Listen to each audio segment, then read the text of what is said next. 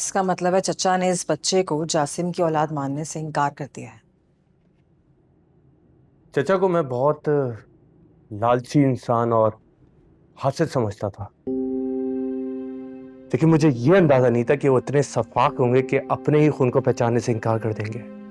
अपने खून की पहचान उस वक्त होती है जब उसकी आबियारी आपके सामने हो। घर से लापता लड़कियों को तो उसके घर वाले कबूल नहीं करते, और तुम चले थे उसको ससुराल से हक दिलवाने। लेकिन मैं पूरी कोशिश करूंगा कि चचा ब्लैकमेल हो जाए।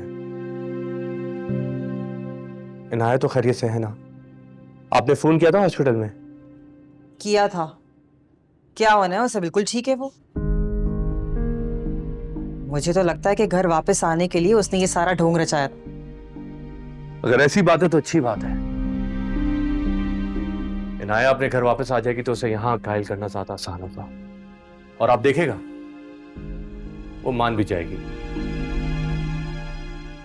मैं अपने भाई को किसी भी कीमत पर बाहर निकाल कर आऊंगा। करके देख लो, क्या पता बात बन जाए। मैंने एक लॉयर से बात की थी, उसने तो मुझे साफ इनकार कर दिया। उसने मुझे कहा कि ये केस अनाया ने दायर ही नहीं किया है। तो फिर खत्म कैसे हो सकता है? उसका माफी देना या ना देना बराबर है।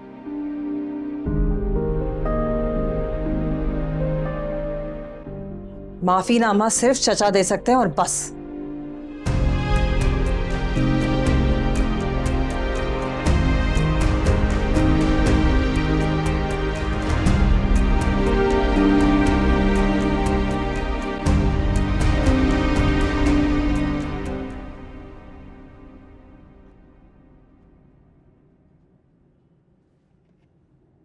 पूरी रात अनाया के साथ गुजार कर आ गए।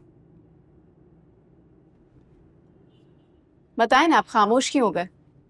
गुजारी है ना उसके साथ पूरी रात। तुम्हें शर्म आनी चाहिए, बगैर कुछ जाने में मुझ पे इतना बड़ा इल्जाम लगाते हुए। हालत देखी थी तुमने उस बेचारी की? मेरे साथ होने वाली कोई भी ज्यादती पर मैं चुप नहीं रहूंगी।